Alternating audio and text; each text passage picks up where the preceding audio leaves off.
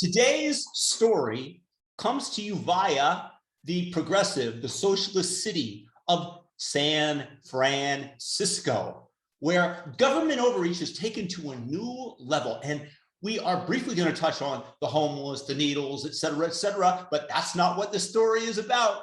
Here we go, guys. Enjoy. It's going to be a doozy.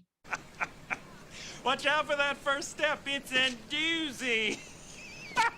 Parking is always a challenge in San Francisco. We know that. But for one couple, it turned into a deep dive into San Francisco history.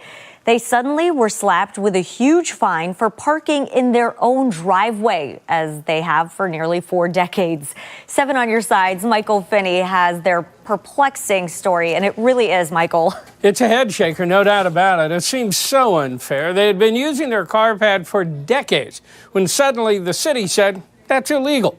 Not only that, they were threatened with a $1,500 fine, a huge penalty, even by San Francisco standards. You think I feel bad for these people? No, this is actually really good. You got what you deserved. You kept voting in the progressives, those who claim to have compassion, those who knew best how everybody should live. And now you don't even get to park in your own driveway. And if you do, you get a $1,500 fine.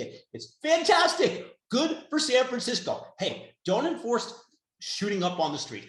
You can poop all over, and we will hire people to go and clean up the human excrement that is all over the city. You want to break into a car. We aren't going to prosecute you, but you want to park in your driveway? No, thank you. You don't get to do that within our city boundaries because, hey, it's an eyesore for the public, and you don't get to get away with it because you are a tax-paying citizen and you have money that we desire and we want because the rest of the people are fleeing the city, as should happen, and y'all are too stupid and you're still here. Let's have a tax for stupidity. Let's continue. The only way out? Go back into San Francisco history. Absolutely outrageous. Parking in San Francisco. It's insane. There's not enough parking. There's too many cars. A difficult part of life here. You find a spot, get a ticket anyway. I got hit with $2,000 worth of parking tickets. In Los Angeles, I was hit with a double parking ticket. The same crime. I argued that double jeopardy should apply, that although you might be able to get me for the first one, you can't ring me up for the same crime twice, the street cleaning fee. They rejected me. I had to go into their office, set an appointment, take an hour and a half out of my day to go and explain it to them. It just seems wrong. For Judy and Ed Crane, it seems especially unfair. We moved in and parked in that driveway every day and every night. They live on the steep hill where parking can be a gravity-defying challenge.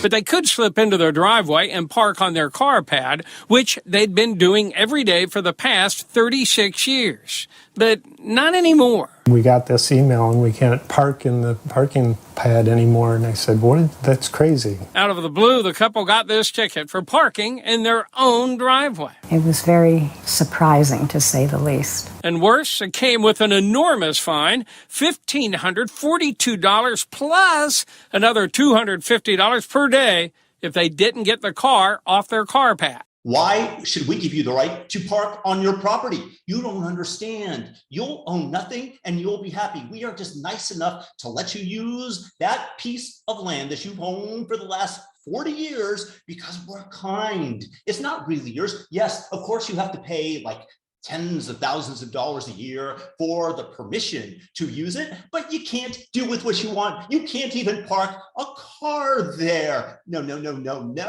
But what you can do, what we won't go after is people shoplifting because California has laws and we are a progressive people. You can go ahead and shoplift up to $950 and we will not come after you. Oh, no, we would never dream of doing that because we realize that there's an underprivileged class that deserves to be able to take whatever the hell they want from the tax-paying citizen, from somebody who's struggling to start a business. Under Chase of Boudin, you can go and carjack somebody and we'll find a way to let you off the hook because we're not going to prosecute the crime, but we will prosecute you if you dare to try to park a car on your driveway.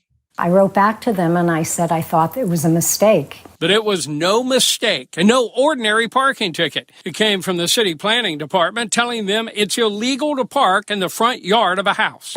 But if they shit on their front lawn or on the sidewalk or in the middle of the street or broke into your car, they're not going to get prosecuted. Nothing's going to happen to them once again. But just make sure you don't park your car. And if we were found parking there again, it would be a $1,500 fine. And so they quickly pulled the car out, but none of it made sense. Why are you taking away something that has great utility, not just to us, but our neighbors in terms of more parking spaces? Why would they take away something with utility? Because they don't recognize your right to utility, not if it interferes with their utopian vision of the world. Ed and Judy had been parking there for nearly 4 decades, and as far as they could tell, the space was used for parking since the house was built back in 1910, one of the first in their Noe Valley neighborhood. All of a sudden be told you can't use something that we had used for years, it's startling. And so the planning department gave them a challenge. Prove the parking was a historic use on the lot, and they might get a waiver. Get on your knees and prove to us that perhaps historically, although we will tear down the history of Thomas Jefferson, of Abraham Lincoln, we will rename our San Francisco schools, but maybe we'll accept some piece of history where it was utilized for what you are attempting to. But you got to get down on your knees. You got to do a lot of legwork and prove it to us, peon. We could be grandfathered in if we showed them a historical photo that showed a car or a buggy, a horse-drawn buggy, in the carport. Right away, they dug up this photo of their daughter 34 years ago. A part of the car barely visible, but officials said not old enough. You have to go back to antiquity. You have to go back to ancient Egypt, bring back King Tut's treasure within 1 year of him being buried, and we have to carbon date that to figure that out, and it has to look fresh, so it can't be that it is aged, but we should be able to carbon date it to prove that it was the original treasure and that she went back to the appropriate era. Granted, we'll give you some leeway because we don't know exactly when King Tut died.